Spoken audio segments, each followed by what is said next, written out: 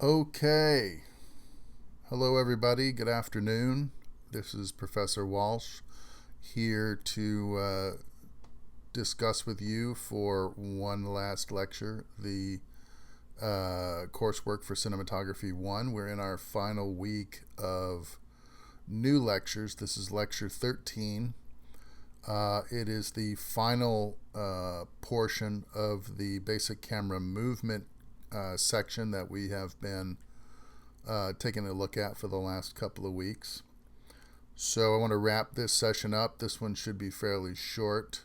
The slide presentation is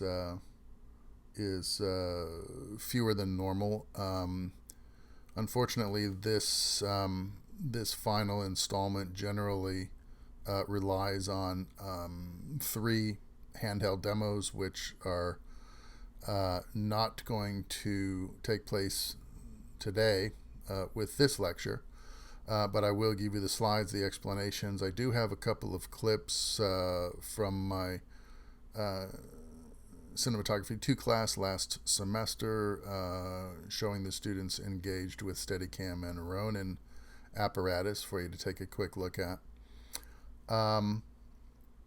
So I just want to thank you for sticking with me on this one. I know it's been a bumpy semester with the COVID-19 protocols in place, but I do appreciate the quick transition to the online workflow and everybody's active participation accordingly. So thanks so much for that. Thank you for keeping the lines of communication open. And I hope that in the absence of the benefits of our face-to-face sessions, at least you got the fundamental gist of what the Cinematography 1 course is all about.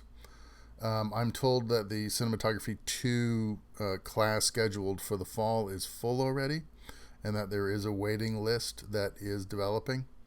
And what they'll do is when they reach a certain number of students on the waiting list, they'll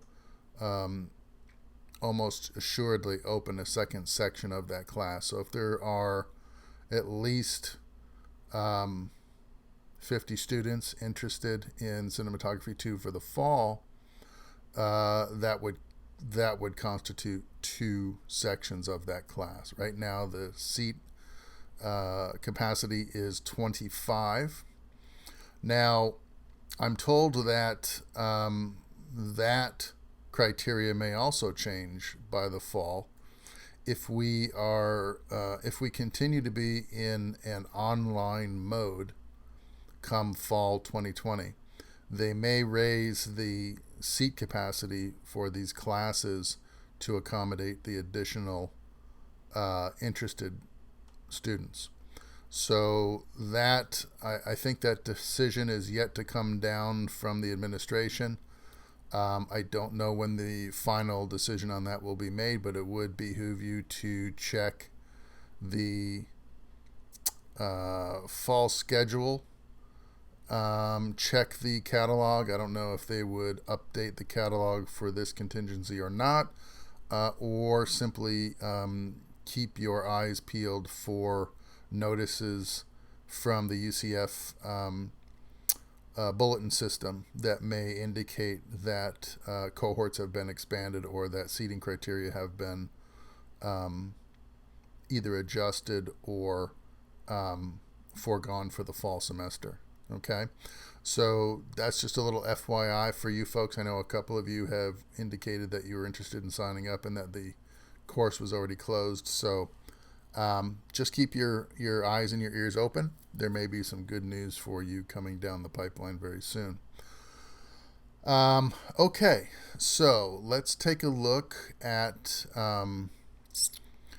the schedule. So here we are. This is we've covered a lot of ground this semester. So fortunately, we've had enough time together to make this an interesting course for 2020. We are currently here. We're on section 6.3. So this is our final week of camera movement, I want to talk to you about, among other things, lightweight gimbals. So your reading assignments are posted here on web courses. Okay. The Art of Motivating Camera Movement with Laura Wells. So we're going to finish up on that. Cinematography Theory and Practice, the 3rd edition. That's the blue-brown book. The chapter on camera movement. So here's your Wells PDF. You can download that here. Videos, not so much. I have everything embedded into the lecture for today. What I can do is when I get the demonstration videos edited for my Cinematography 2 class, I'm going to be posting those up on YouTube. So if you folks have been accessing my YouTube channel to get these lectures, if you look through the materials, you may find the other videos available to you as well through that source, that resource. Just look for the Film 4472 demo videos, and those will be the ones I'm talking about. Our final quiz now is scheduled for the 13th. It will be online. So don't forget to take advantage of that. I've had a few people asking me about the worksheet. Okay, let me clarify the worksheet if you haven't read the announcements. Okay, I put forth the offer to substitute the worksheet for anyone who missed a quiz, got a 0, or if you had a score that was that was single digits. Okay, what I need is reliable data on people who participate in the class. It helps me to understand if retention is occurring or if it's not, in what areas, and that helps me to sort of tailor the information that I present to you in a way that will be absorbed and understood practically and efficiently. Okay, so if you miss a quiz, okay, I don't really have performance data for you on that quiz because you didn't participate. Okay, so the worksheet fulfills the need for a grade in that capacity, and then I plug it in substitution for the 0. What it isn't is an extra credit assignment. So it's not an assignment that I'm just sort of offering you in exchange for your lowest quiz grade. If you have a poor performance on a quiz, that's your indication that you probably are not either taking notes in class or your notes are not efficient from class, or you may have some issues with the content. You may not understand a concept or some information that was presented to you, in which case you really should reach out. If it's clarity and confirmation, you should always reach out through email to make sure that I can get your questions answered for you as quickly and efficiently as possible, so that you understand the concepts from the course, and so that you can do well moving forward. Okay, so your lowest quiz grade is really something that you can rectify by looking at your study habits or your note-taking habits or your reading habits. I know that a lot of students sort of disregard the reading assignments. I try to give you a good presentation of the concepts in my lectures. However, I can't lecture on everything in the reading assignments, or the lectures would be even longer than the 3-hour course allows for. So you really can't ignore the reading assignments. You really should be doing those, and you really should look over the PDFs that are included in each one of these web courses sections, because they do pertain to the content, and they can help reinforce whatever has been discussed in class already, or whatever you've read from your text. Okay, so having said that, again, don't forget about quiz 6. It's on Monday the 13th. That's next week. Also, I want to point out that your final exam will be online on the 27th. Okay, and I'll put that online. I'll leave it open for the standard duration, but what I'll do is I'll open it up at 9 a.m. on the first day. I'll close it at midnight on the second day. Okay. What that's going to mean is you're going to have to make sure that you don't forget the date. Okay. I'm still getting people that are sending me emails asking if they can take a quiz because they overslept or they forgot or they were on vacation and, they want to know if they can take it after the fact. Folks, that's what due dates are all about. Okay. So if you tell me that you slept through it or you forgot about it, okay, or it just wasn't a priority because you had something else that you were doing instead, I can't open a quiz or extend you a deadline because of that. Okay? Those aren't professional excuses. They're not acceptable excuses. Not on this level and certainly not in the industry writ large. Okay? So the only conclusion I can draw from somebody who tells me that they simply forgot to take the quiz or they had some work they were doing for, an outside interest and they didn't have time to get to my quiz just tells me that you're not prioritizing my class. Okay. So if my class isn't a priority to you, then that's on you. Okay. And you need to adjust that behavior in order for you to do well in any of your classes at UCF, not just this one. Okay. But if you tell me you need extra time to take a quiz over because you were on a shoot this weekend and you didn't have time, you made a choice. You made a choice to do something above and beyond what your obligations were for your grade. And at that point, whatever grade you receive, whether that's a low grade or a 0, is truly reflective at that point of your level of participation and engagement in the class. Okay?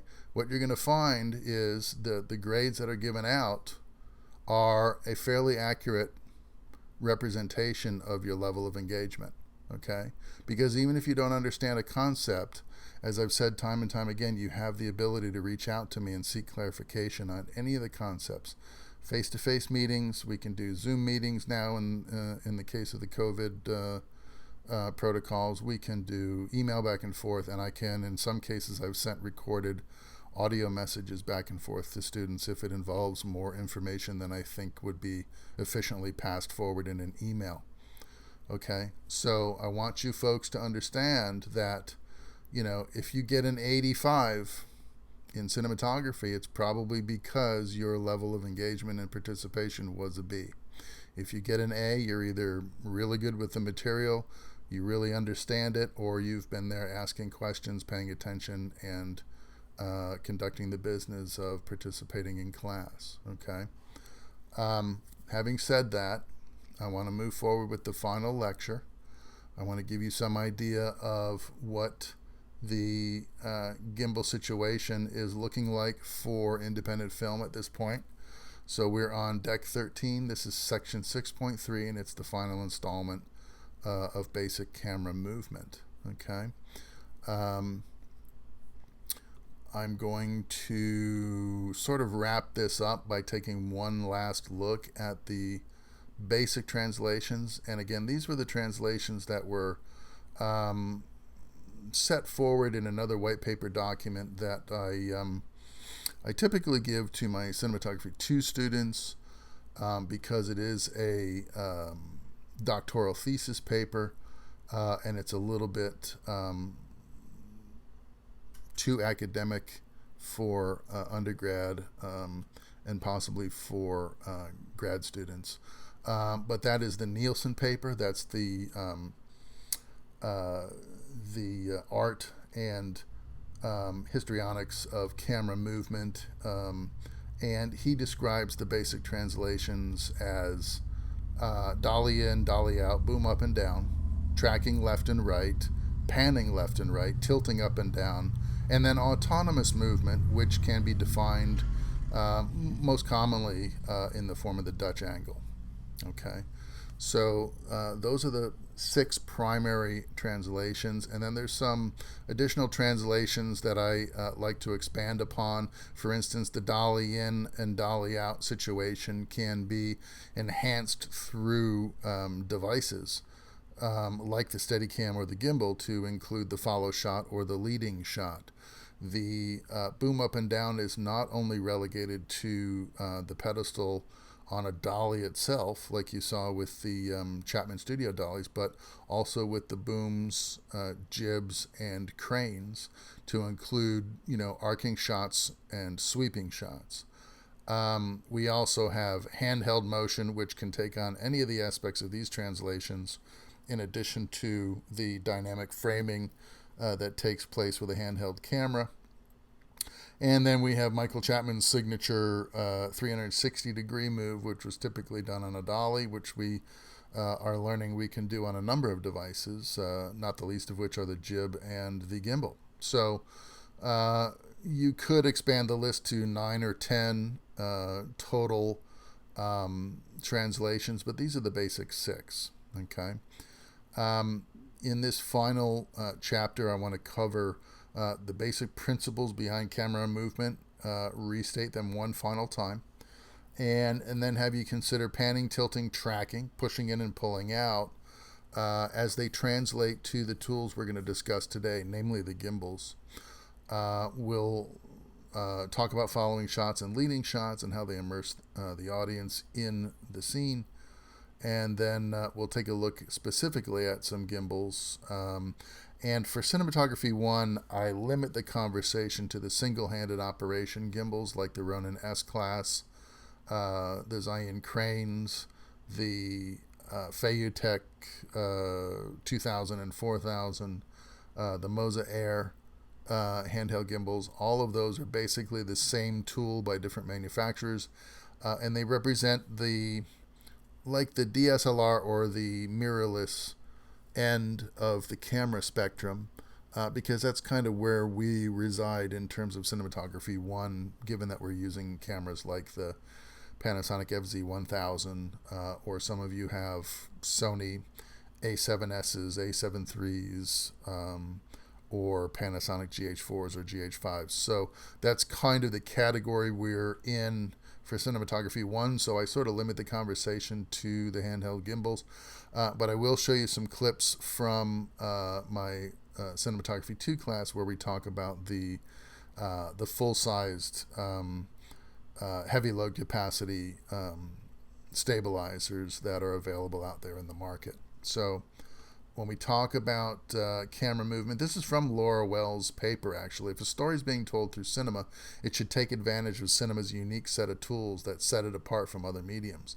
Camera movement and the on-screen effect, okay, which is the notion that the frame moves anthropomorphically through a scene and shows the audience the events as they unfold, almost like we would if we were participating. The on-screen effect that's created through camera movement is one of the most unique aspects of cinema, and it is the result of some very specific tools. Okay, so in Cinematography 2, we talk about the gold standard of stabilization, which is the Steadicam. Okay, so we talk about the history of the Steadicam, the invention of the Steadicam, and then I bring my Steadicam system in for demonstration, and we shoot with it for 2 or 3 weeks as an aspect of a typical staging scenario, and I let the students see what is involved with a system that is designed to stabilize and transport the heaviest build you have on set. So if you are working, for instance, with the Arri Alexa or any of the Red cameras, or the Blackmagic Ursa Mini 4.6K G2, for instance. These cameras are, in and of themselves, they're not terribly heavy until you start building them out like you would if you were in a studio situation. Once you do that, you end up with a camera that can be upwards of 25 pounds with rods and a rod base and a cinema lens and a matte box, and maybe uh, an external monitor, and certainly an Anton Bauer battery of some sort, the cameras can get fairly heavy. Okay, so in the process of demonstrating the Steadicam to the students, I pick a couple of individuals who seem to have an affinity for the tool, and I suit them up and I let them take the camera for a ride. So here you can see this is Lewis from last semester, and he sort of took to the rig almost like a natural. He had a good body build for it. He had a good posture for it. And the camera that we have on there right now, that's the Ursa Mini 4.6K. That body is, it's not terribly heavy. It's only about maybe 6.5 pounds with a Rokinon lens on it. We didn't go with a matte box. We went with a standard hood just to eliminate a little bit of the veiling flares that you can get from some of the lights, but we were actually trying for the flares that you see in the frame. So we didn't want a full matte box and eyebrow on there because we wanted to get the flares. The eyebrow and the matte box would have added a lot of front weight to the camera anyway, and the idea is to reduce your camera footprint as much as possible to reduce the overall weight of the rig. So if you look at the camera here, we have an Anton Bauer on the back, we've got a Cinema Prime on the front, we've got the camera itself with the top handle still in place. I like to leave it on as a safety measure. It gives you a place to grab.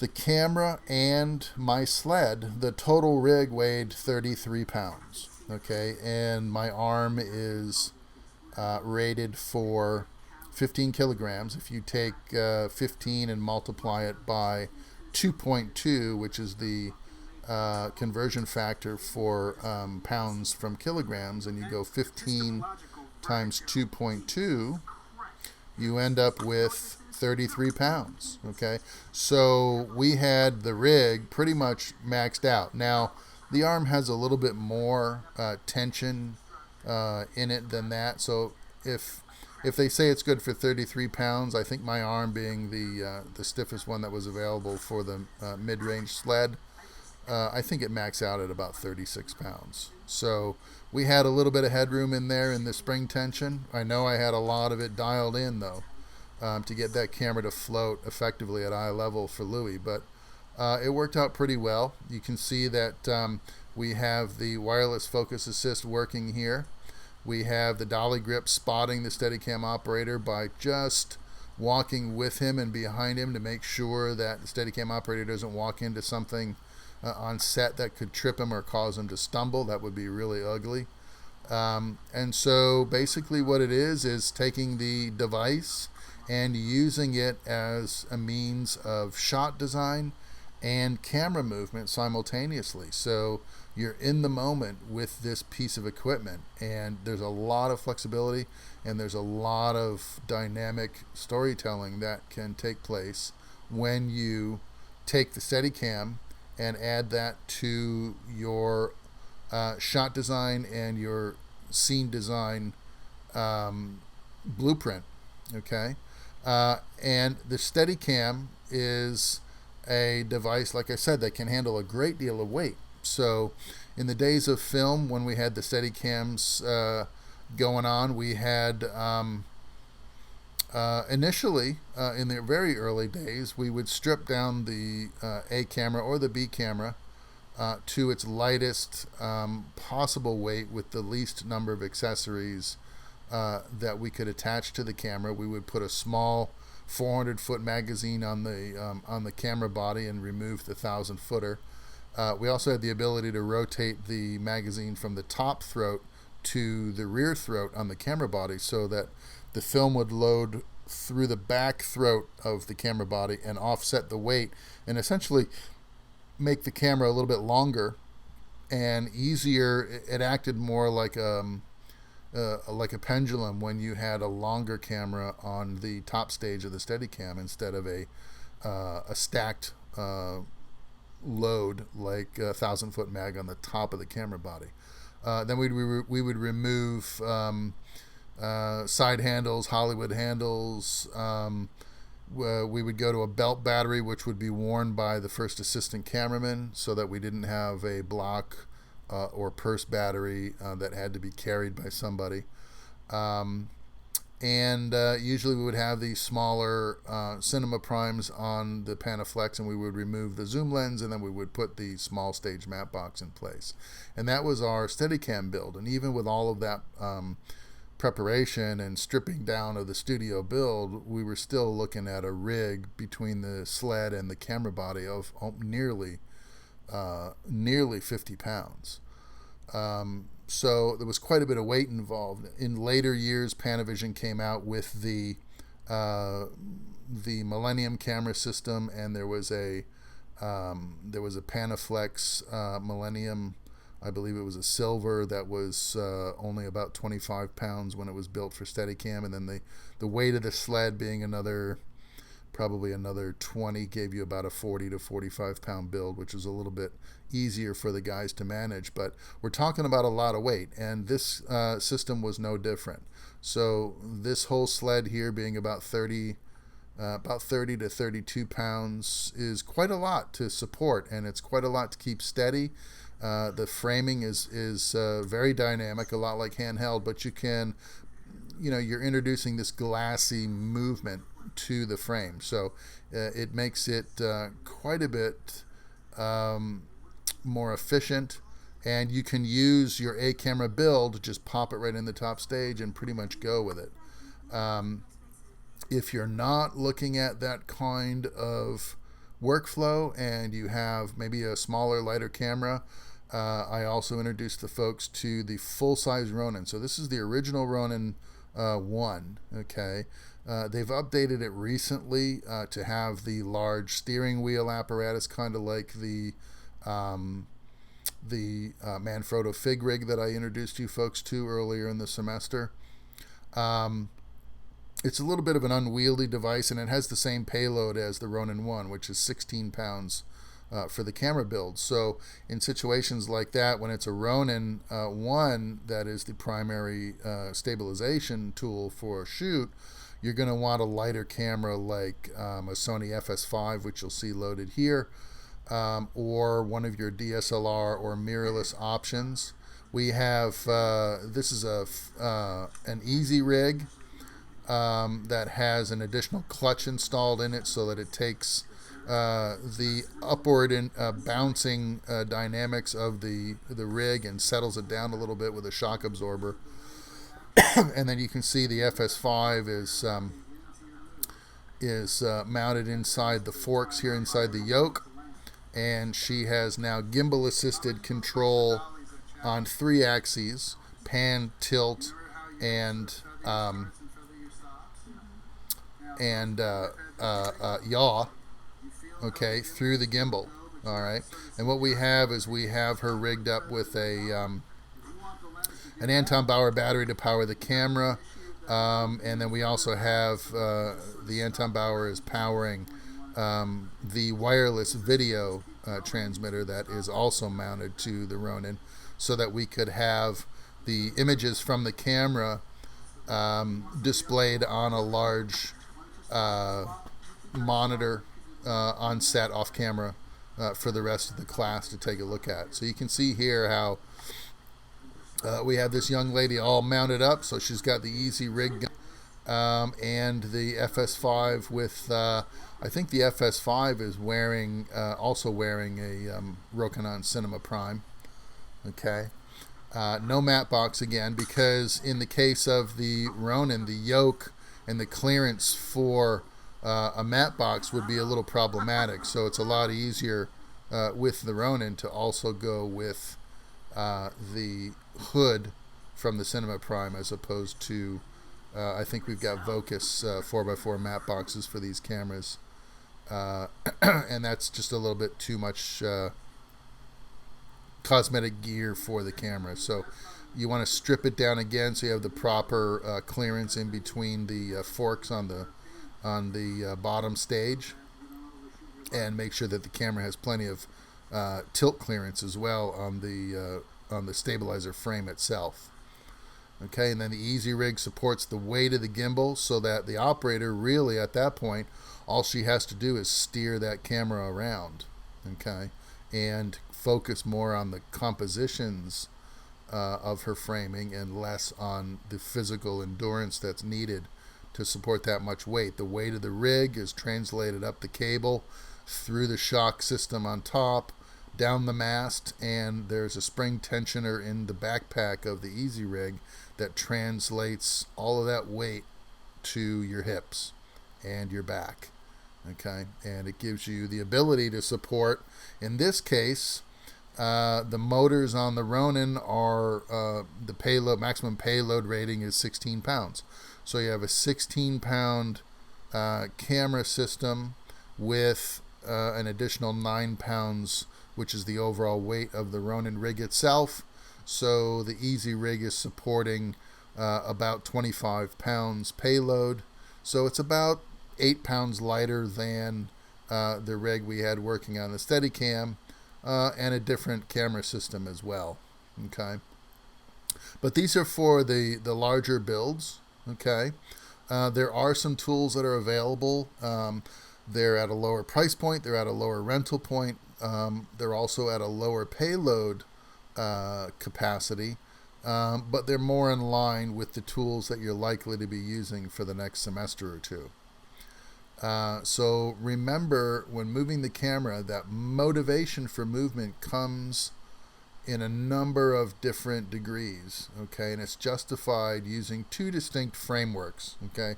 The arguments are compositional advantage or narrative incentive, okay? If there's a compositional advantage to a device, for instance, you can get really high angles with the device, or you can get long, steady walk and talks without dynamic framing movement. That is what we would consider compositional advantage, okay?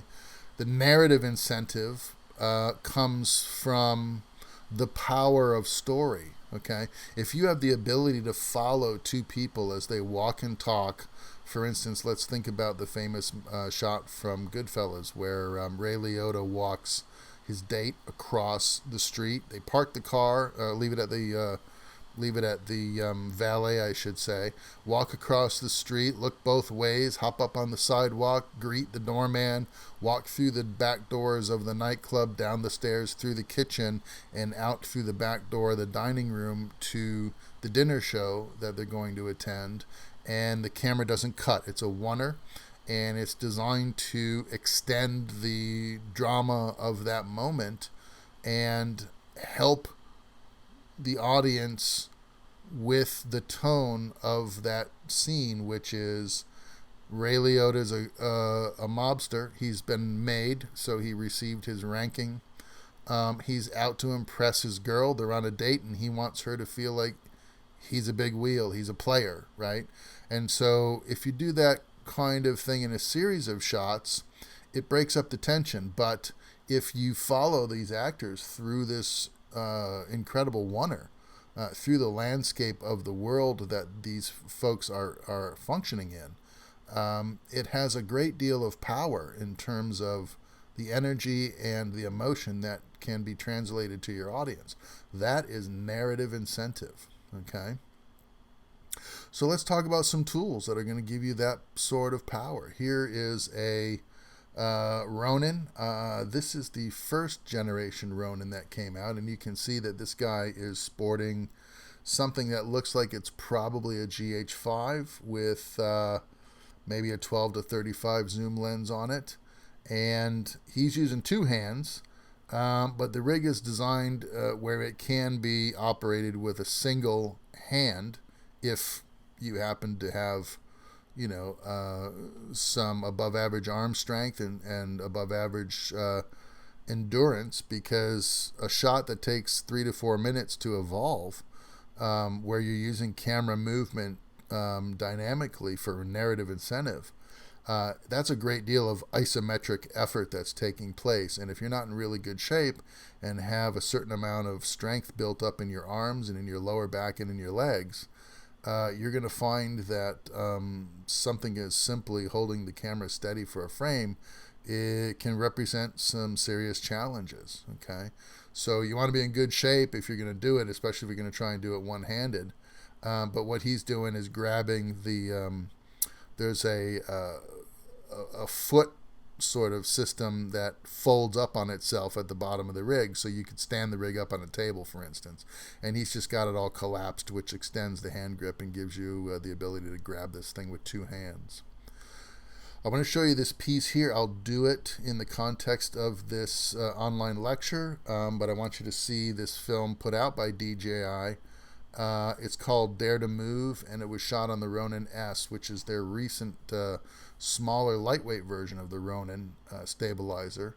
The full-size Ronin stabilizer that you see here had a payload of, I believe it was 8.3 pounds. And the new Ronin S that has come out has a payload stabilizer capacity of about a little over 6 pounds.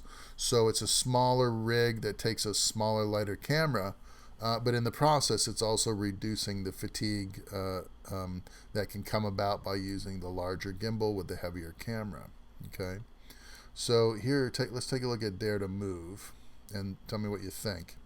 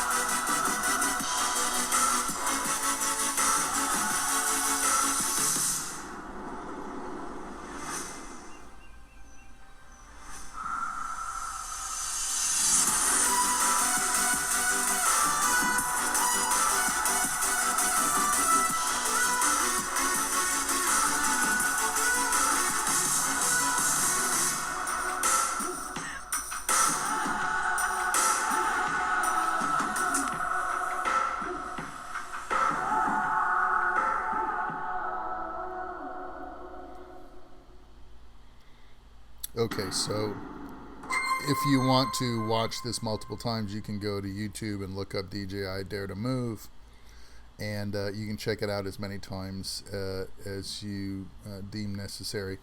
A couple of things that I hope are apparent to you from this video, and those are, if you notice, a number of these shots are done at high frame rate because they're in slow motion. Watch the movement of the actors in front of the lens, and you can see how in that shot they ramped it. Here, how everybody's running at about 48 to 60 frames.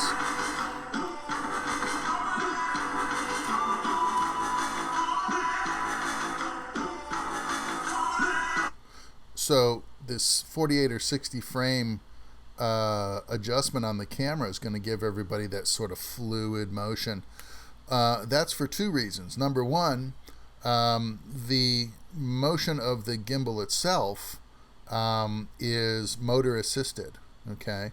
But you can still get some translations in there from either the operator, and it's the bouncing up and down translation that the Easy Rig was experiencing before we put that additional shock absorber on the mast.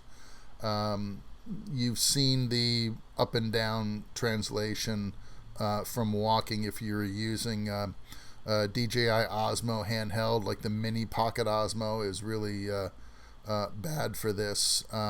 The translation of actually walking with the rig in your hand has an up and down sort of a bouncy look to it. Okay, if you shoot in high speed on a handheld gimbal, A lot of that apparent bounciness of the frame slows way down, and you don't tend to notice it as much. And as a result, you get an even more glassy apparent effect by shooting at high speed. Plus, I mean, look how great these dancers look in high speed.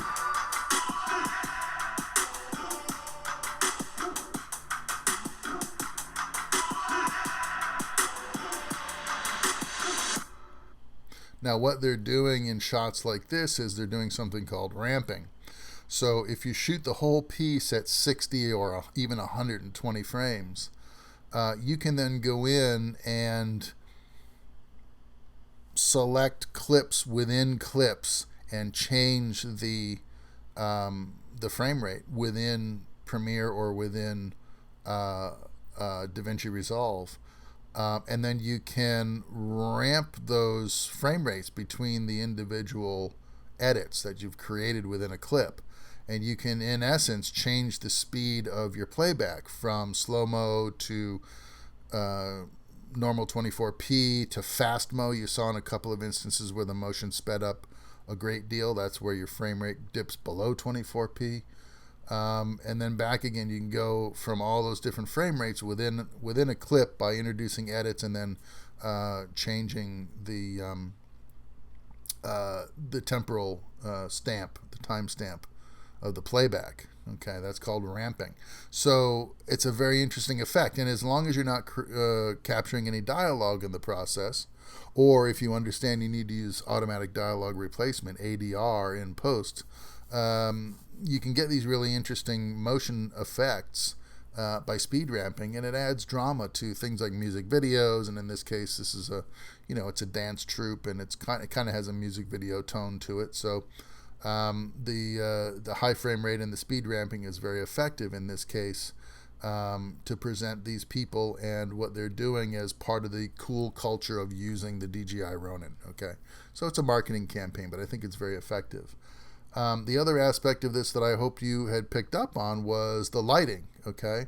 So if your subject is moving through space, right, you can't have a stationary key on the floor. What you can have are strategic backlights, which work like a back key, or you might have a top light going on. In the case of this warehouse here, if you notice, they had an enormous top light over the dancers, and in one of these shots it's revealed it looks like they got a 12 by silk up there with a really big soft light going on over the top.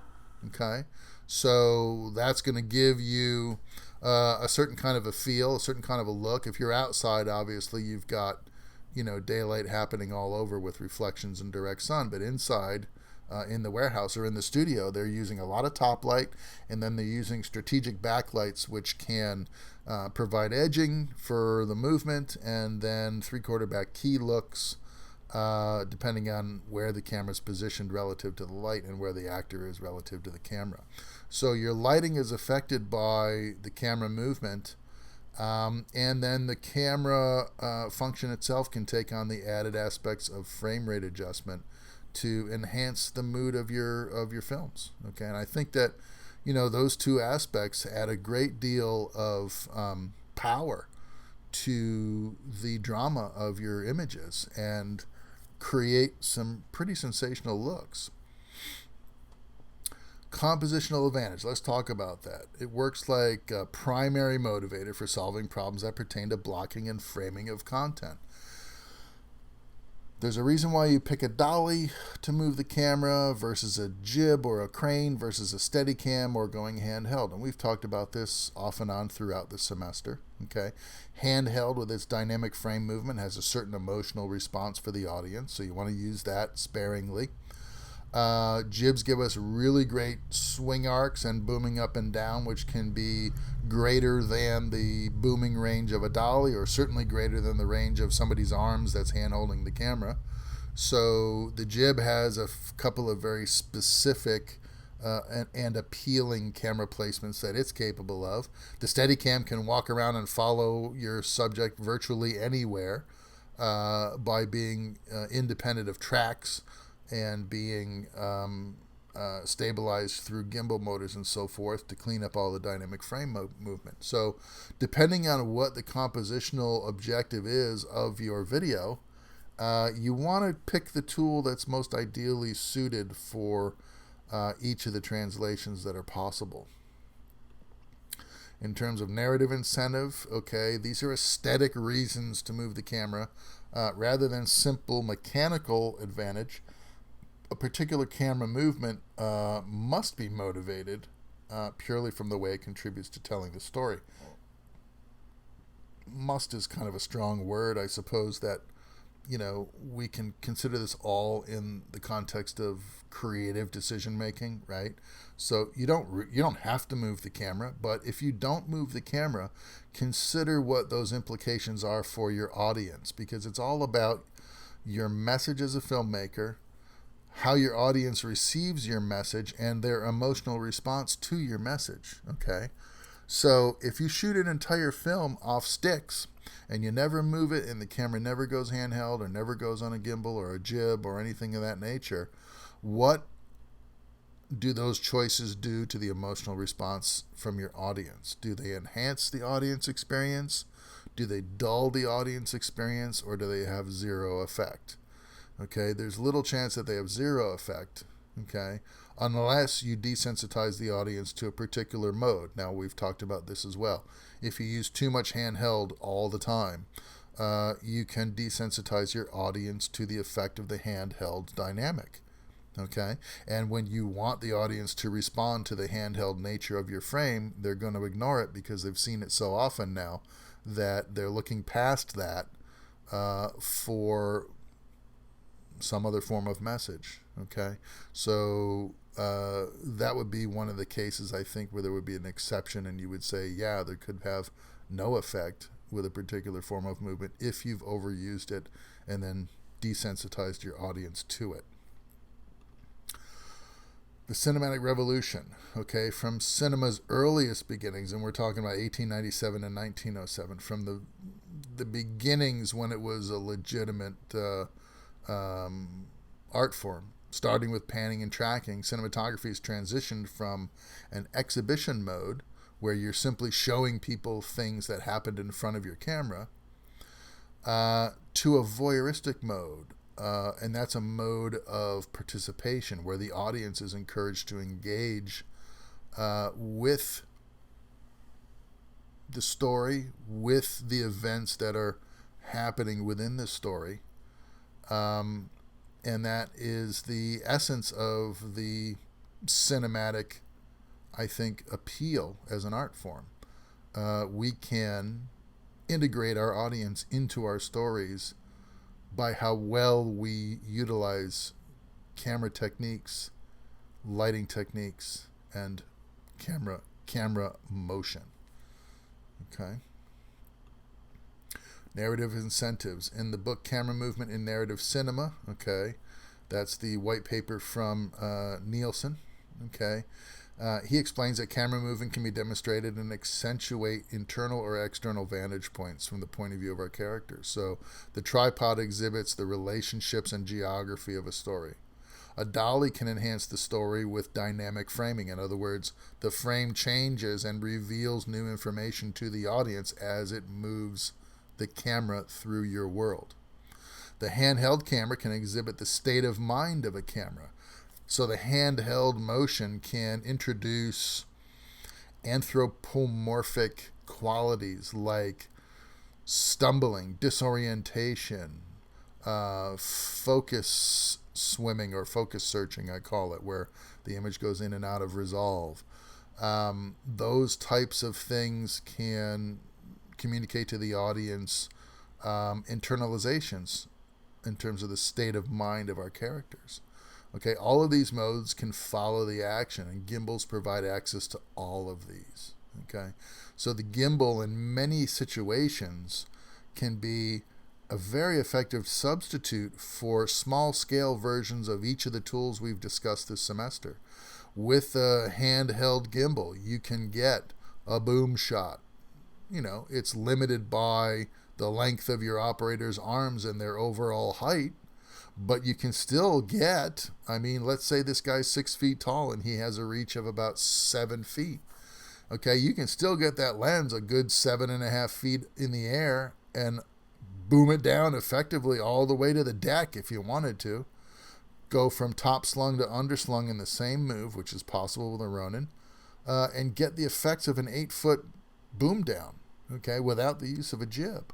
You can get a push in or a pull out by simply walking that camera forward or walking that camera backward. And the stabilizer will keep it nice and glassy so that you have the appearance of rolling on a rail. Tilting and panning are as easily achieved on a stabilizer as you saw in the shots of the Ronin camera, where we had our students experimenting with panning and tilting. You can see how I'm teaching her how to pan the camera and what the effects of the gimbals are having on the pan. Okay, so panning and tilting can be accomplished on the gimbal. All right, as well as autonomous movement for that matter. You can, in certain circumstances, lock the stages on a gimbal and have that thing just wing over on its side if you want to. Some of the Ronin handheld stabilizers also have a mode called what's it called? It's the Inception move, it's called. So you know how the camera was doing barrel rolls in the movie Inception, as the characters are kind of flying around inside the train or inside the hotel, walking on the walls, walking on the ceiling. That was done with a rotating camera head. And you can get the same kind of 360-degree rotation out of a Ronin S. It's called It's called Inception mode. And when you do it, you can basically hold the gimbal straight out from your hands and then hit the toggle, and it will just rotate the camera 360 degrees until you tell it to stop. Okay, so all of those translations are possible with a gimbal, whether it's a Steadicam, a Ronin, or a handheld gimbal-assisted stabilizer. Okay, all of these translations are possible on the gimbal. Okay, so therefore, movement in this case and the tools that we pick to enhance the movement or to achieve the movement demonstrate narrative control. Okay, and as I've said time and time again, the reason why we study all these concepts, the reason why we look at all these tools and these techniques and we talk about them in such detail is because the art of filmmaking is, in essence, control. It's narrative control. Okay, we show our audience exactly what they want them to see and experience so that our message is effective and received in the fashion we had intended as filmmakers.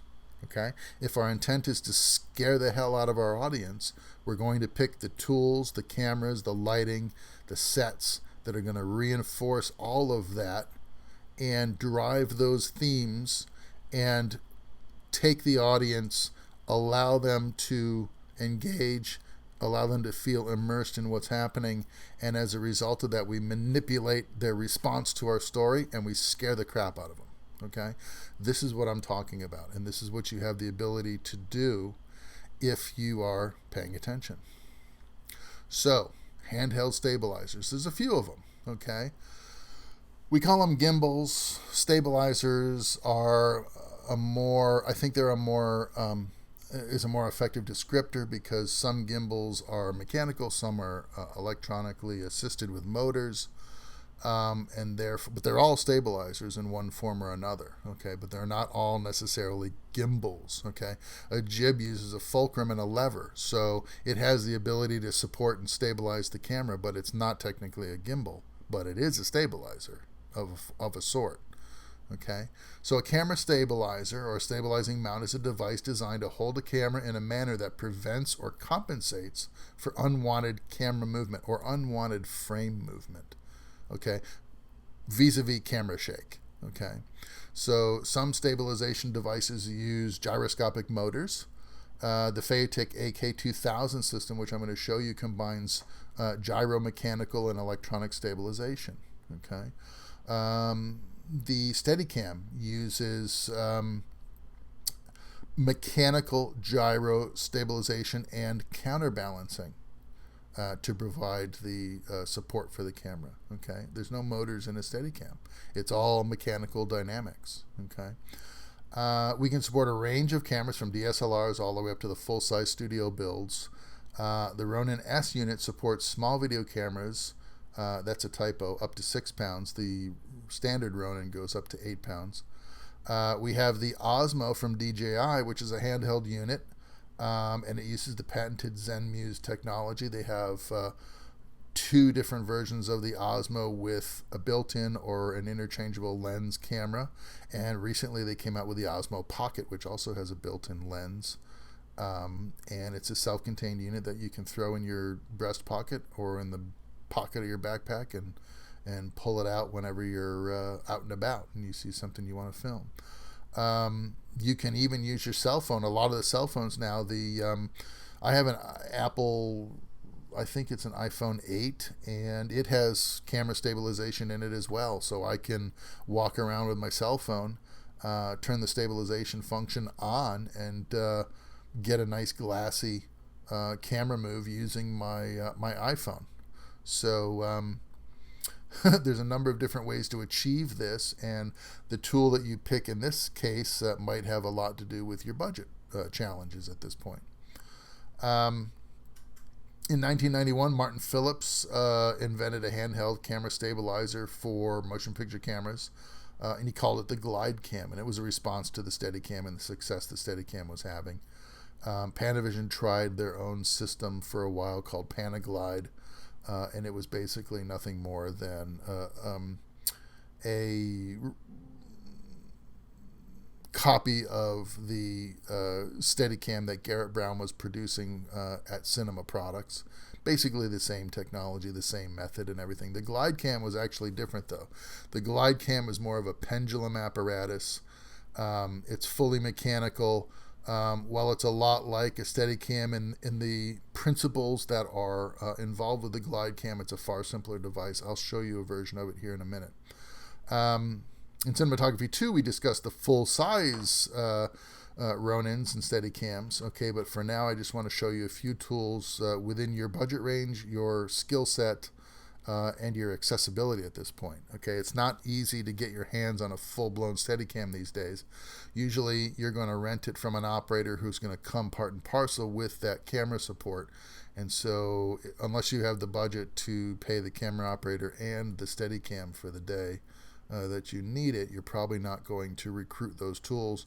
You can't really go out and rent a Steadicam here in Orlando anymore. Years ago, you could do that, but you had to be a certified operator in order to rent a Steadicam. In other words, the rental house wasn't going to allow you to just sort of show up and plunk your credit card on the counter and walk away with their Steadicam.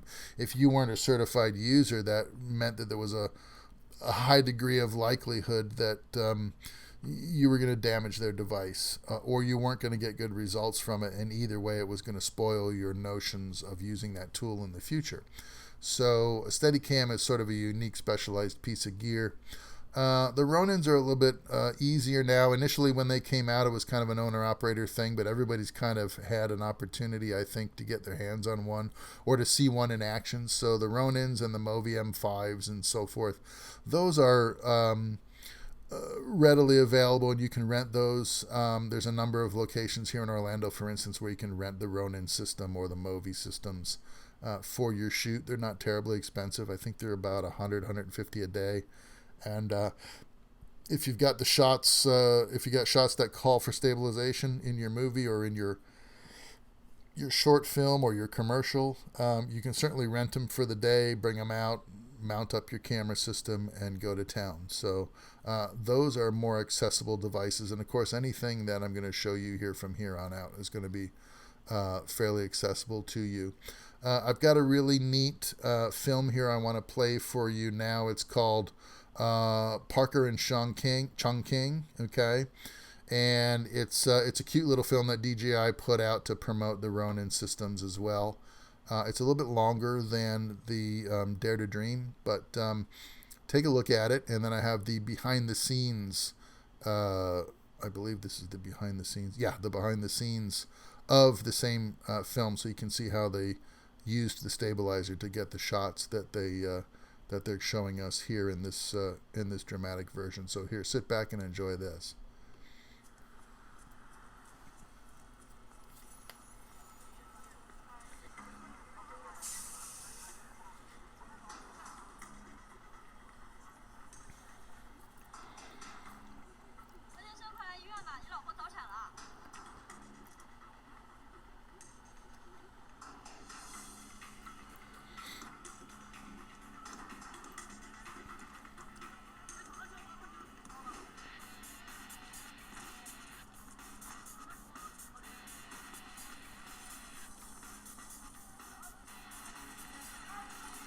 If you notice, there's some very skillful uses of wipes in this sequence to disguise the edits.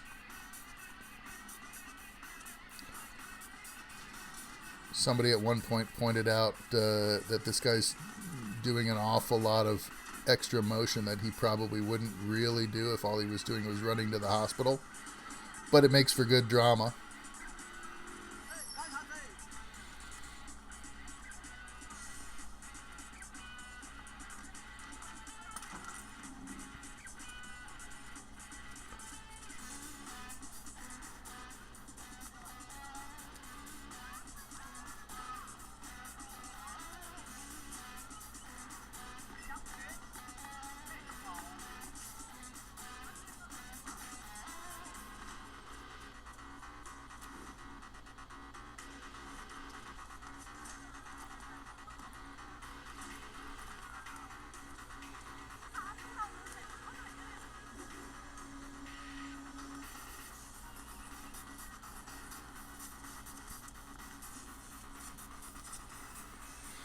I would love to know what the production budget for this was and the production schedule. In other words, how many days of shooting did they need for this production?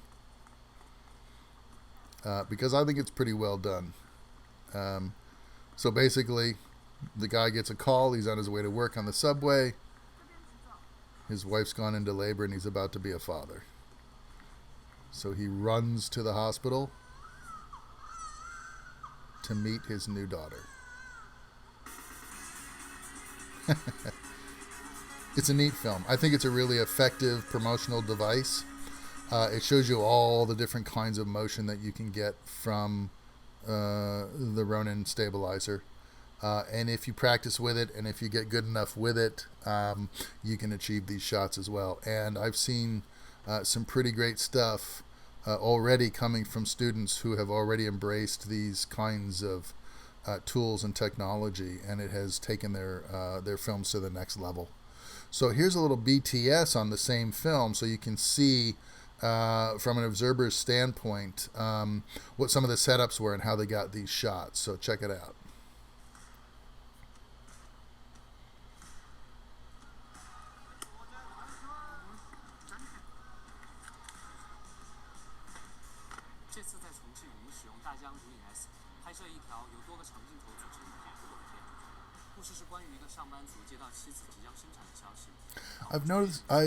I've mentioned this to my students before. Notice that the narrator is speaking in Chinese. But the funny thing about it is, he's a filmmaker, I'm a filmmaker, you all are filmmakers. And despite the language barrier, with effective visuals and good behind-the-scenes shots, we pretty much know exactly what he's talking about, even though we can't understand a word he's saying. I think that's the beauty of craftsmanship, when you have people that share common creative knowledge and methods of achieving results. You can speak to one another visually, and that's the beauty of cinematography, right? It's the non-verbal communication that takes place between a filmmaker and their audience, right? So even though these guys are speaking in, it's probably Cantonese, because they're in Kowloon, or across from Hong Kong, we know exactly what they're talking about. We know the kinds of shots they're setting up. We understand the dynamics, the stunts. We understand the lenses. And we can just sit back and admire the skill and the capability that these folks have. And then it kind of inspires us a little bit, I think. These tools aren't that expensive. You can own them or rent them for relatively little money. And yet, the difference that they make in terms of your yield, your output, what your films look like as a result of using these tools is a phenomenal difference. So I think this is a pretty good marketing tool, especially the behind the scenes. This guy, I mean, he's clearly capable, right? He's clearly athletic, but he doesn't look like anything special. He looks like a normal dude. And yet, with a little practice with that rig, look what he's getting. Amazing shots. Amazing. So that should tell you, hey, you know, if I get my hands on a Ronin and I spend enough time with it, I can get those shots too. And you'd be absolutely right in that assertion. Okay? They don't have anything special in terms of a camera. Look, it's a Sony A7 III. Right? You can pick one of those up at Best Buy. So it's not a red camera that's priced out of your reach. It's not an Arri Alexa that, you know, is only practical if you're a professional with a big budget. They're using a prosumer grade mirrorless camera on a $600 stabilizer, and they're getting shots that are amazing. They look every bit as good as something you might see on A&E if you were watching Into the Badlands, for instance. That was shot by Shane Hurlbut, right? I mean, Shane's an experienced cinematographer with a huge resume, right? And he's shooting for a network with a nice, generous budget, and he's throwing everything at that project that he can, and he still pulls out the Ronins from time to time and gets shots with those, because if it's the right tool for the job, why not, right? And that's part of the democratization of this technology at this point. It's giving folks capability and access that they never had in the days of film, where devices and knowledge were tightly controlled. All right, handheld stabilizers. Gimbals are a new millennium tool, and they may very well supplant all other conventional tools, at least on small scale movement. You can get very high crane shots. You can get shots that require a fine degree of control or repetition. And you can get shots that rely on dynamic frame movement like handheld shots. All of these can be very effectively achieved with stabilizers. Okay. The current crop of electronic gimbals, pans, tilts, tracking, push-ins, pull-outs, and pedestal shots are all implementable with glassy precision. Okay. I love that term, glassy, right? Because that's exactly what the frame looks like. It's smooth, no bumpy ride.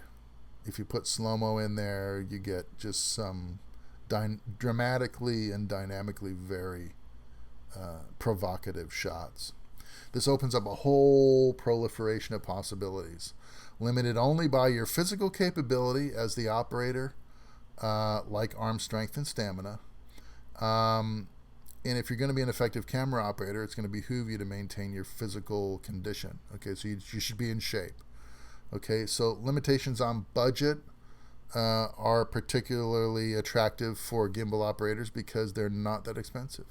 So you can get with a $600 gimbal, like I said, if you buy it for $600 or rent it for $150, you can get motion results that used to involve additional crew, large, heavy, expensive studio equipment, and the time and expertise required to set it up and use it.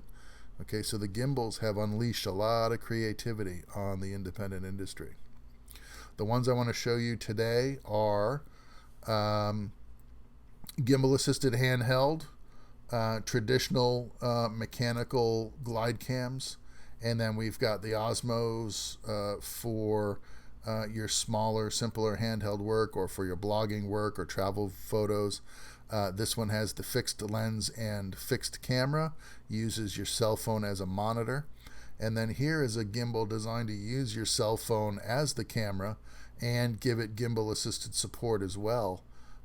So if you're doing that sort of vlogging thing or the travel video thing, or if you're just, taking videos at an interesting place you've gone on vacation, you can pull out a smooth shooter. This little guy right here, I think, only costs about $130 from Amazon.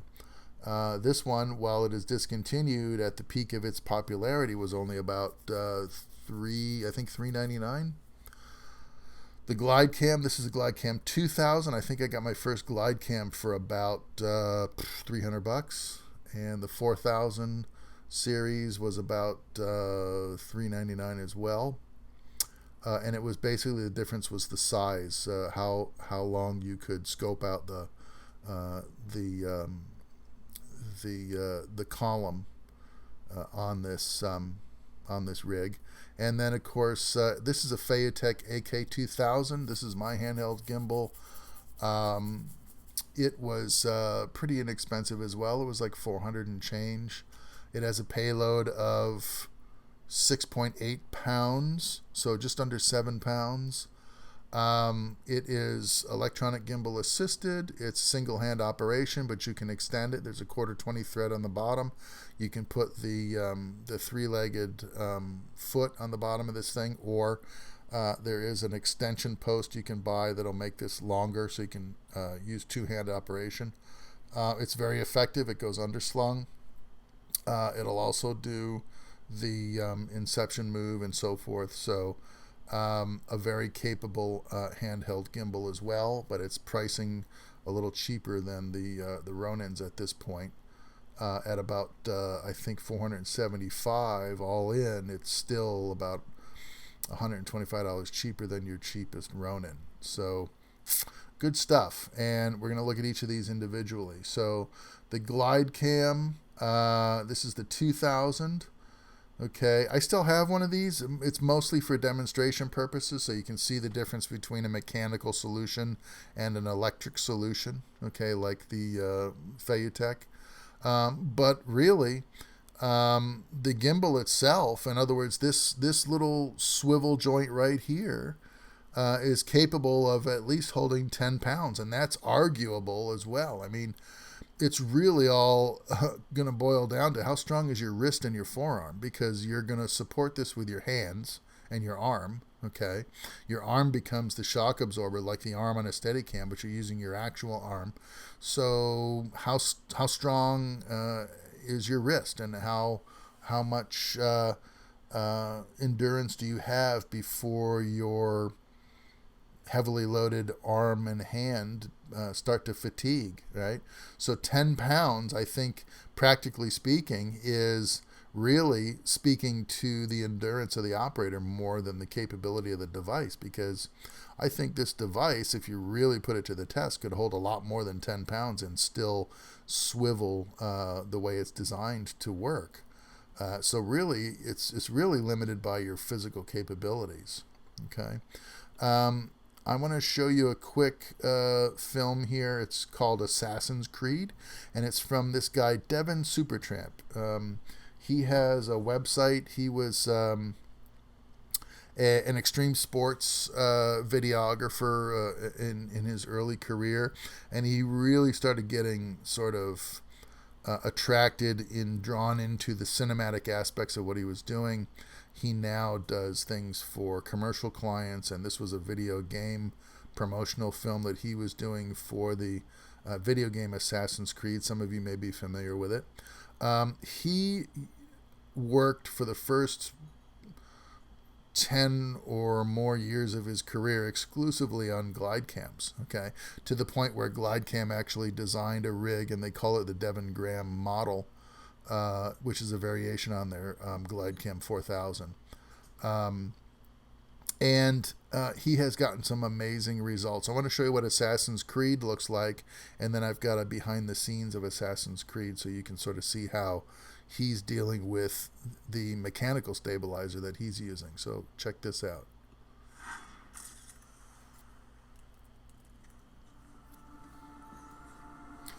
FYI, don't try this at home.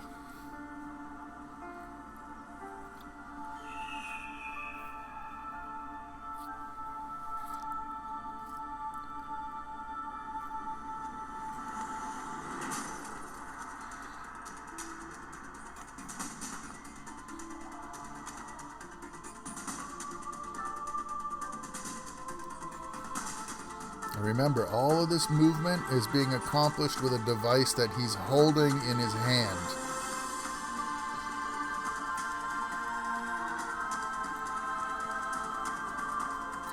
So if the actor's running, Devin is running.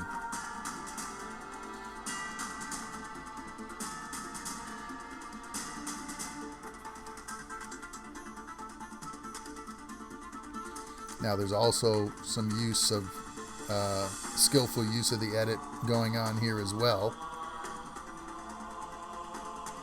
which you'll see from the BTS version.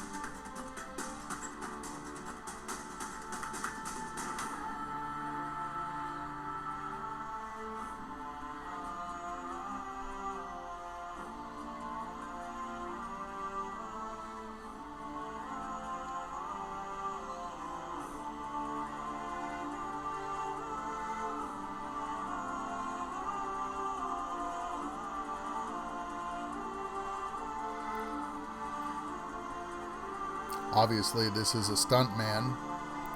He's very well practiced, and he's very deliberate, as you'll see in the behind-the-scenes videos. So none of this is random motion. All of it's been sort of calculated out, planned for ahead of time as best as you can, and then expedited in moments of opportunity, right? So you'll see in a couple of the behind-the-scenes shots where if the motion wasn't right or if the stunt didn't feel good, the stuntman aborted the motion and didn't do it. Okay, so check out now the behind the scenes of Assassin's Creed and check out the skills that this guy has. This is Devin right here, and I got a lot of respect for this young guy. I mean, he has got some mad skills with a glide cam. He has recently upgraded to the newest Ronin with the big steering wheel support rig, because it'll hold more weight than his glide cam. Plus it gives him a two-hand advantage, which is a little bit different way of managing the stabilizer than the glide cam. The glide cam, you got one hand on the post and you got one hand supporting the weight of the rig on the gimbal handle, which is kind of a cross grip on the device as opposed to grabbing the stabilizer like a steering wheel. Those of you who tried out the Fig rig will understand what I'm talking about. It's a different feel and a different method of control when you're grabbing that rig like a steering wheel than it is if you're cross-handing something and one hand is working on one axis with one range of motion and the other hand is on a different axis with a motion that operates in the different direction. So check out behind the scenes of Assassin's Creed and let me know what you think. Can you see both of us? Yeah. Do I look funky? Nope, you're good. So we just got done filming our next YouTube video, Assassin's Creed Parkour. So we are here with Ronnie. Assassin's Creed is actually one of my favorite video games of all time. So it's kind of a passionate project for me.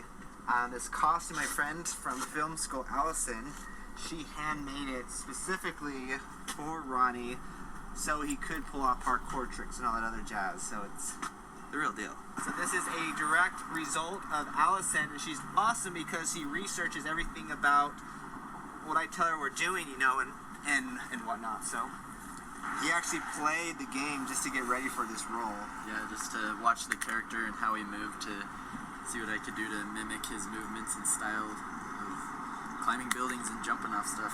So when you watch this video, you'll notice that he may have a little bit awkward of a run, and that's actually intentional to kind of mimic the video game itself. We're all about pleasing the hardcore fans and gamers out there, you know? You don't want to get a gamer mad. With a lot of my style, I guess, as far as filmmaking, is I'm always running myself. So it's actually kind of fun filming someone else that's running as far as trying to keep up with them and kind of guessing what they're doing.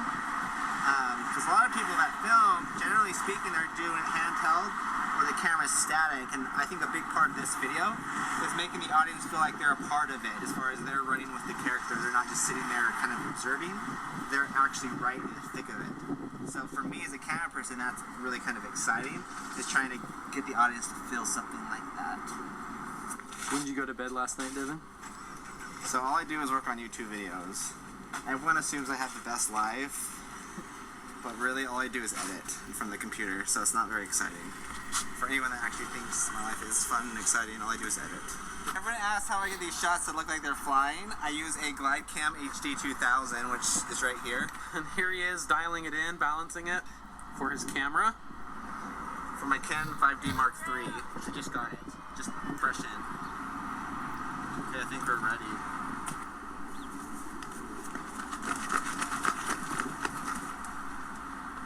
We're reviewing the shot.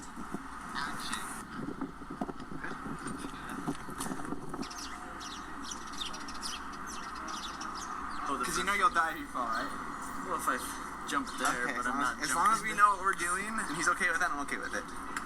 So take a look over here. Ronnie's gonna do something crazy and look like it's instant death if you fall. But he knows what he's doing, so I think we're in good hands. But this stuff will look awesome on video. This will make the cut. If it's something I've never tried before, I'll just look at the surface I'm working with, how slippery, how steep it is, what I'm jumping off of, and once I feel comfortable with it, then I'll go for it. Sometimes I'll scope something out for a minute and realize, like, you know what, this is, not quite worth it, not quite what I think I could do, so it all just kind of depends on the situation and how I'm feeling, so I'm gonna run, jump these stairs, probably land about there, scooch over a little bit so I can drop down right here, skip down the stairs, and hit this, slide down this, and then hit the ground. That scares me just thinking about that, just as a FYI.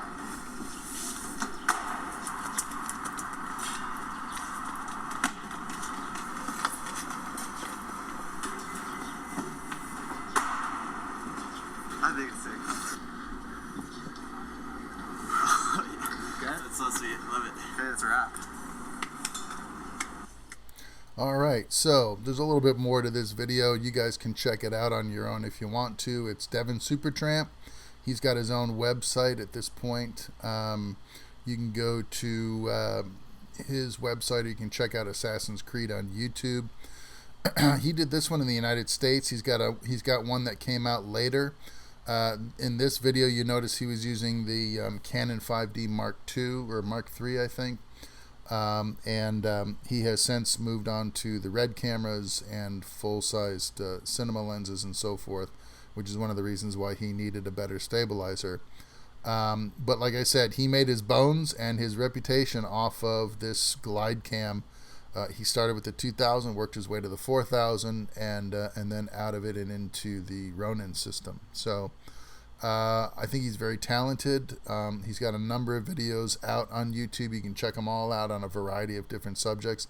It's usually him filming somebody doing some kind of extreme stunt, whether it's skydiving or motocross or these guys, these jump and tumbler guys, or he's got some pretty amazing stuff out there. You might want to check out his work just for that entertainment value alone.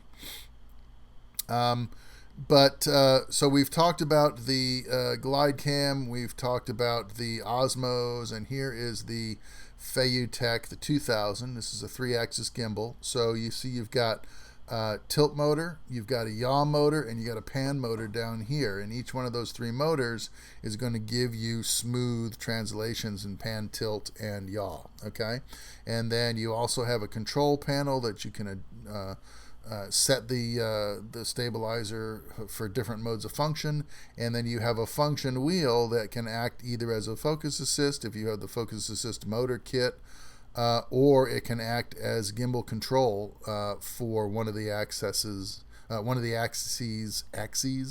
of the stabilizer's motion, like the tilt or the pan motion of the stabilizer can be set for the wheel. Okay, so you can get real-time motion control in the midst of actually committing a translation. So these are the tools. The Osmo, of course, this has about I think this is a 40 mil lens equivalent on the Osmo. And it uses your cell phone as a monitor. It transmits Wi-Fi, so there's no cable necessary. You pick up the Wi-Fi signal from the Osmo and you accept it with your cell phone, and you'll get a screen and some other information from the camera itself visible on your cell phone screen, which makes it kind of a nice little device to sort of pull out at the last minute if you didn't really have a plan for a stabilized shot at some point, and then you realize, hey, it would have been neat to get a walk and talk here, for the cost of, rental or purchase on this little guy, you can pull it out and get some pretty amazing results. You can shoot up to, I believe these will shoot 4K at 24p. There's no high-speed function, so there's no high frame rate in these devices at this point, and they are discontinued as far as new models coming out. But I think the Pocket Osmo now will do 60 frames, if I'm not mistaken. So you might want to check that out if you're interested in some of the high frame rate effects you can get out of the Osmo Pocket. And right now they've got a competitor. I think it's called the FIMI stabilizer, Pocket Stabilizer. That's out now. It's all over YouTube. The Osmo Pocket stabilizer goes for about $3.99 retail, and the FIMI or Fiji, whatever they're calling it, is coming in. I've seen it as low as $275 online, and it's got a lot of capability in a small package, and it shoots amazing 4K video. Very, very nice color saturation and contrast out of a small device that's about, not much bigger than your cell phone, quite frankly. Here's a little promo on the Osmo handheld unit using the built-in ZenMuse camera. Let's check that out so you can see what kind of movement it's capable of.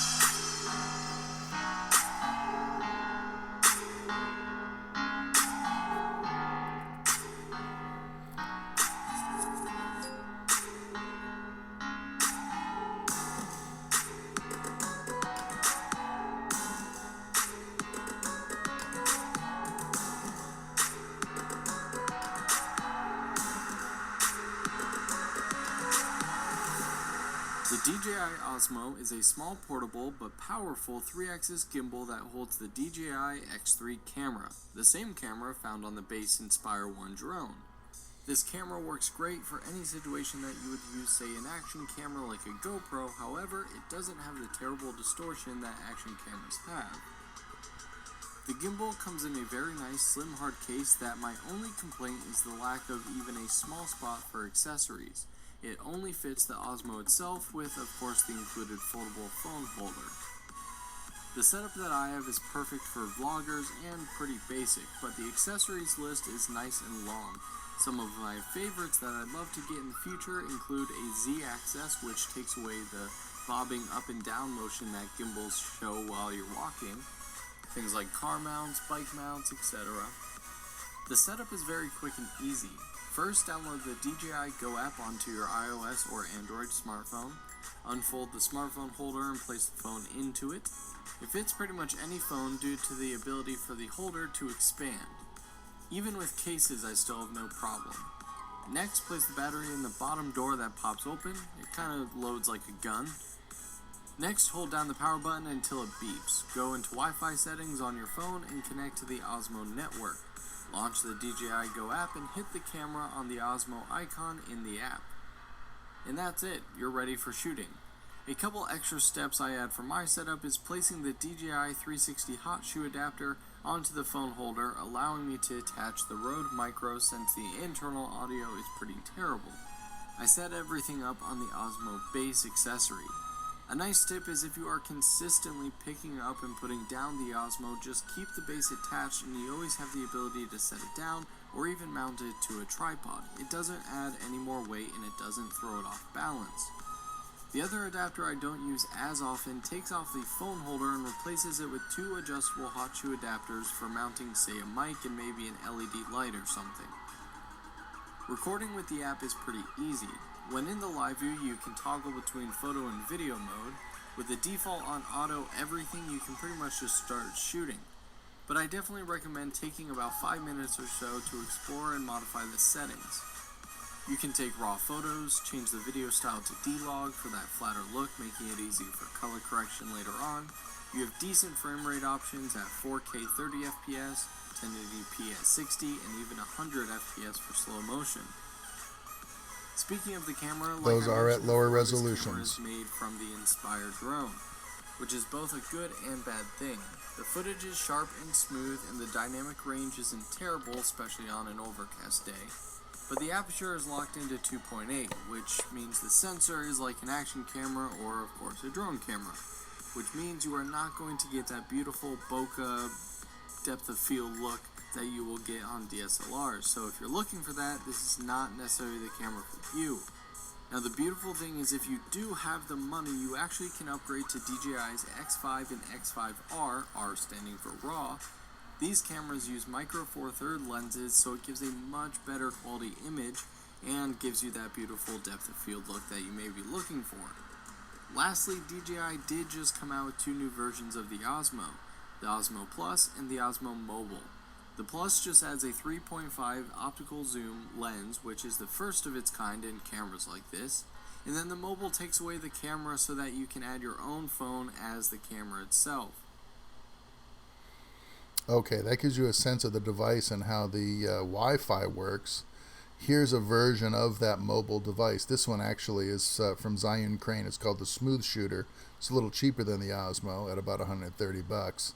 And basically, you're using your cell phone now as your capture device. It doesn't have a built-in camera, so you're using all the capabilities of your cell phone's own camera. And this video here should give you a sense of the movement from the device.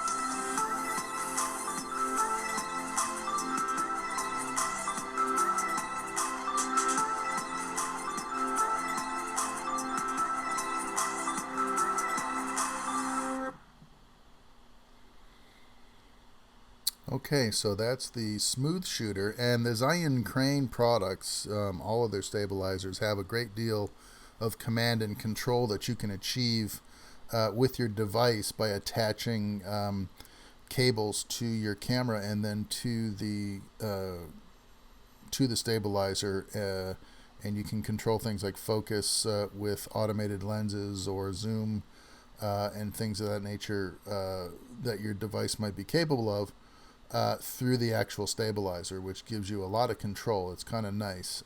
It adds complexity to the device itself and using the device, but I think with time and practice, these things can become second nature to you.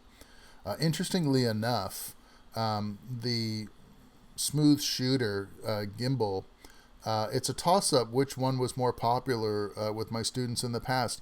A lot of them really enjoy the smooth shooter because they do so much already with their cell phone in terms of filming and in terms of using it as maybe a B camera for some of their production work. And now the notion that you can put it in a gimbal and get some of these smooth Steadicam looking shots really raises the degree of value that your cell phone as a second camera device has to your production. And it's real easy to use. I mean, right out of the box, I think the majority of people who pick it up sort of understand intuitively how it's working and can get some really great results immediately right out of the box. And I found that the other device they liked the most was the single-handed gimbal for the same reason. A good product, a good gimbal product is going to be designed to the point where it's so easy to use that right out of the box you can start getting professional looking results. And that is the number one most effective marketing tool that any product can have, is the success ratio that the consumer has using that product versus the number of attempts, right?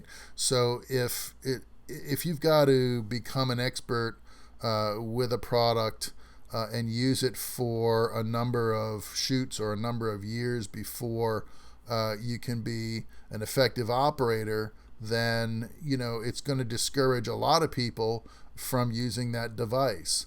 But if you can pull a piece of gear out of the box and have success with it right off the bat, without needing special training or things that, once upon a time, in order to use the Steadicam effectively, operators, as soon as they bought the rig, would go for a week-long sort of training and retreat, either in Maine or in California, and they would take the Steadicam courses from Cinema Products. And for 7 to 10 days, they would do nothing but have advanced intensive instruction on how to use that piece of equipment. And then only through time and experience did they manage to get good at it and command some pretty high rates. But if you can pull a product like a little Feiyutech out of your kit box, or a little smooth shooter, and get a shot, like I said, that maybe you planned on, maybe you didn't, but it doesn't cost you any extra effort, time, or expense, and you can add an extra level of complexity or appeal to your cinematography, it's absolutely worth doing. And a little guy like this, brand new, $130. They don't make these anymore, but they're on Amazon or on eBay all the time. I'm sorry, for as cheap as $150. You can get the glide cams. Like I said, this version is about $250 to $299. There are a slew of Chinese copies of the glide cam product at this point, and you can buy them online for as little as $50. Okay, so this stuff is out there and it's accessible, whether it's the Feiyutech for $450, $475, or the Ronin S for about $600. Even that is within the reach of most people, and it can add all that extra excitement to your shots. Full-size Ronins are going to cost you in the thousands at this point. This one cost me, I think this unit was about $3,200 when it came out. The newest, most expensive version is $6,000. And of course the Steadicam, the sky's the limit on the cost of a Steadicam at this point. You can get used ones online now for as little as a couple grand. At the peak of their popularity, a Steadicam like mine is Zephyr class. It's a $15,000 Steadicam in its category, and the Steadicams at one point in time might cost you for a full-blown Steadicam Pro, tricked out for film cameras and film production, could cost you upwards of $60,000 or $80,000. And then of course, you make that all up in your rentals. And of course, the better you are, the more frequently you're going to work and so forth. But the democratization of this process through these capable and inexpensive tools are adding a whole level of dimension to low budget, independent, and student film projects by virtue of technology. So embrace it, manage it, but use it carefully, the right tool for the right job, and go out and have some fun with these devices. That is pretty much all I have for you this week. Your reading assignment will be any of the downloadable PDFs that remain that you haven't already accessed, the chapter on camera movement from the brown book, the blue version, which is the 3rd edition, and then the Laura Wells PDF on the art of motivating camera movement. Okay, so this is lecture 13. It is the final lecture in terms of new coursework that you'll receive from me. I'm looking into the Zoom platform for next week to see if I can do a real-time review session. If I can't, we can always book time. We can schedule appointments where we can have phone conversations or email exchange, or I may put a review video up online at the very minimum to give you folks something to check out while you are studying for your final. Okay, don't forget quiz 6 is next week, which will coincide with our review period, and then the week after that we will have an opportunity at your final exam. So it's coming down, winding down to the end of the semester. I appreciate everybody hanging with me through the transition to online. As always, if you have any questions about the content I've displayed for you today, any of the discussions that we've had about these tools or any other aspect of the course thus far, please feel free to reach out to me. If you can put your questions in an email so I can respond back to you quickly with the information that you need, that's helpful. Or we can set up, like I said, we can set up a phone call, or I'm learning the Zoom platform. It's hopefully I'll have Zoom figured out by next week, and we can do some live chat sessions as well. Okay, so have a good afternoon. Enjoy your quarantine. I hope that you're practicing safe quarantining protocols, like don't go out unless you absolutely need to. Please wear a mask when you do go out, so that you don't get contaminated from those who are carrying but not demonstrating symptoms. And just be aware and pay attention. All right. Good luck to you all. I'll talk to you again very soon. Thanks for tuning in this week, and have a good afternoon. Thanks so much.